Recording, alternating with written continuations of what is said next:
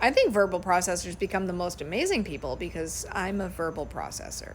Eventually, as verbal processors grow out of the adolescent stage, we learn to tether our tongue and we learn to verbally process in alternate ways. A lot of the times you'll see me mouthing words if you're around me. In reality, I'm just verbally processing without actually saying the words. However, if I don't let the words come out of my mouth, I can't think it. I also struggle with reading aloud and trying to comprehend what's being said because unless the words are coming from my brain, I can't comprehend it. So like in Bible study, if I have to read the verse, I have to reread the verse after I read it aloud because I have no comprehension that way. I also don't have any comprehension if I'm taking notes or if I'm writing things down. Very rarely am I taking notes, and if I am, it's a couple of key words just that I can go back to later. Now, this helps me in sales because somebody will be able to say something to me and I can go, all right, in summary, what I think you said is blah, blah, blah. And I'll give it back to them and see if what they said was actually true or if what I heard was actually what they were saying. So it's definitely a skill that helps me in sales. It also helps me when I'm talking to my kids because if they're talking to me about something and I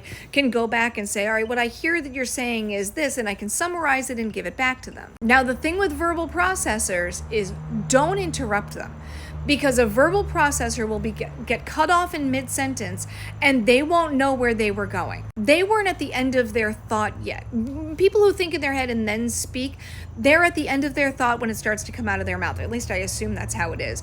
For verbal processors, we get to the end when we get to the end of the sentence and then we go, oh, all right, wait, maybe we can trim those things out. Basically, we edit in reverse, which can be extraordinarily frustrating, especially to argue with somebody like my brain because for me, I'm trying to get to wherever I'm trying to go in a sentence. If I'm interrupted with somebody else trying to make a point to whatever the first part was, I won't remember the second part and things just won't ever be fleshed out well. And the hard part is then I will feel like I wasn't heard at all through the whole thing. Even if I got some of it out, it makes me crazy. I like to think that verbal processors think in pictures, and then in order to get the pictures into words, we need to say them out loud. Now, if you have verbally processing children, it can be difficult because you are going to have a lot of noise in your house. For this, I recommend noise-canceling headphones. Never asking them to sum it up real quick because they don't know how to do that. And listening even when it seems like it's monotonous because ultimately they will eventually get to the point. But it's important to allow them to speak because if they stop speaking, they're not going to have as many good thoughts. They're not going to deal with their problems as well. They're going to hinder some of their coping skills because basically taking away the verbal processing is taking away a part of how they process information. So it's okay. Don't worry. Verbal processors don't explode or anything.